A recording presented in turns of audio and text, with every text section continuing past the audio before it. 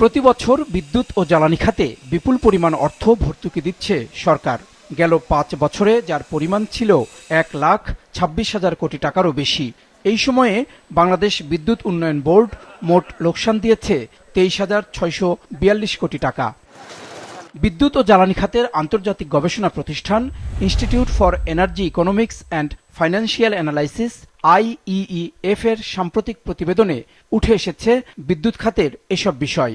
অতিরিক্ত উৎপাদন সক্ষমতা ও সরবরাহ ব্যবস্থাপনায় ঘাটতির জন্যই বিদ্যুৎ খাতে ভর্তুকির বোঝা বাড়ছে, বলছেন গবেষণা প্রধান। আমাদের বিদ্যুৎ খাতে যে পরিমাণ ভর্তুকি দিতে হয় এটা কিভাবে মিনিমাইজ করা যায় এবং সেটা করতে গেলে আমার কোন কোন জায়গায় দেখা উচিত। আমরা দেখতে পাচ্ছি যে ওভার ক্যাপাসিটি আছে আমাদের সিস্টেমে, তাহলে ওভার ক্যাপাসিটিটা কমানো দরকার এবং সেক্ষেত্রে আমরা অন্যান্য দেশের ডাটার সাথেও কম্পেয়ার করার চেষ্টা করেছি।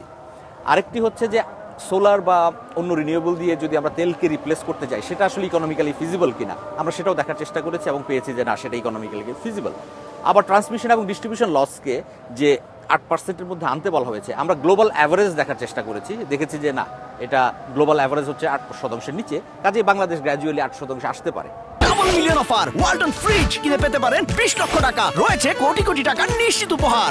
প্রতিবেদনে উঠে এসেছে গত অর্থবছরে বিদ্যুৎ ও জ্বালানি খাতে ভর্তুকি ছিল ৩৮,০০০ কোটি টাকারও বেশি, যা শূন্যের কাছাকাছি আনতে শিল্প কারখানাগুলোকে জাতীয় গ্রিডের উপর নির্ভরশীল করে তোলার পাশাপাশি অপচয় কমানো, লোডশেডিং হ্রাস ও জীবাশ্ম জ্বালানির উপর নির্ভরতা কমাতে সুপারিশ করা হয়েছে। কারণ হচ্ছে গত 5 অর্থবছর যদি বলা হয়, খরচ বেড়েছে 2.6 গুণ, রাজস্ব বেড়েছে 1.8 গুণ। কাজে এই গ্যাপ যেটা, সেটাকেই গভর্নমেন্টকে ফুলফিল করতে হচ্ছে সাবসিডির মাধ্যমে। এখন এটাকে যদি কমাতে হয় তাহলে যে 4টা মিজারের কথা বলা হলো সেটা করলে প্রতি বছরে কিছুটা কমবে, কিন্তু তারপরেও বিপিডিবির প্রায় 20-25 হাজার কোটি টাকা শর্টফল থেকে যায়।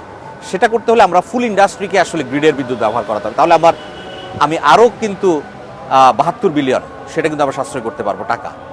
এবং সেই সাথে আমরা যদি গ্র্যাজুয়ালি যেটা বলছিলাম যে গ্যাস বয়লার ব্যবহার করে বা গ্যাস বেসড অ্যাপ্লায়েন্স ব্যবহার করে, সেখানে যদি ইলেকট্রিক অ্যাপ্লায়েন্স নিয়ে আসা যায় তাদেরকে, তাহলে সেখানে বিপিডিবি অতিরিক্ত বিদ্যুৎ বিক্রি করতে পারবে, ওখানে গ্যাসের ব্যবহার কমবে এবং এফিশিয়েন্ট বিদ্যুৎ আমরা গ্রিডে যে কম্বাইন্ড সাইকেল পাওয়ার প্ল্যান্ট, সেখানে বিদ্যুৎ জ্বালানিও কম খরচ হচ্ছে। তো সব মিলিয়ে তখন আমরা পুরোপুরি শূন্য না হলেও, মানে ভর্তুকিকে একেবারে জিরো না করতে পারলেও অনেকটাই আমরা কমাতে পারবো। বিদ্যুৎ ও জ্বালানি খাত নিয়ে IEEF এর প্রতিবেদনকে ইতিবাচক উল্লেখ করে বুয়েটের সাবেক শিক্ষক ও জ্বালানি বিশেষজ্ঞ অধ্যাপক ইজাজ হোসেন বলছেন, সরকারের উচিত এ বিষয়ে কাজ করা। এই রিপোর্টটা আমি মনে করি সরকারের খুব কাজে দিবে, যে আমরা যেই সময় নবায়নযোগ্য বিদ্যুৎটা খুব সহজেই ব্যবহার করতে পারি, ঠিক সেই সময় আমরা তেল ভিত্তিক বিদ্যুৎ কেন্দ্র ব্যবহার করছি।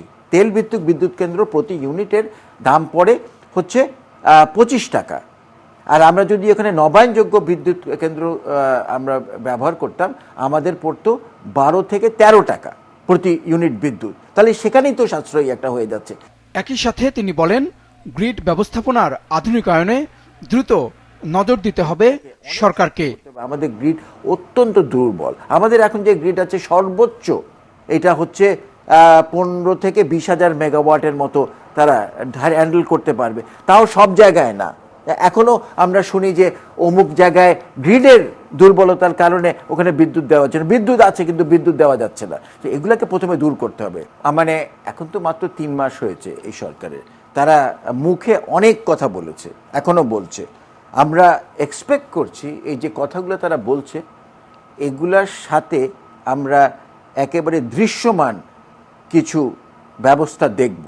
গবেষণা প্রতিবেদনে দেয়া পূর্বাভাস বলছে 2030 সাল পর্যন্ত দেশের বিদ্যুৎ চাহিদা 26,000 মেগাওয়াটের মধ্যেই থাকবে।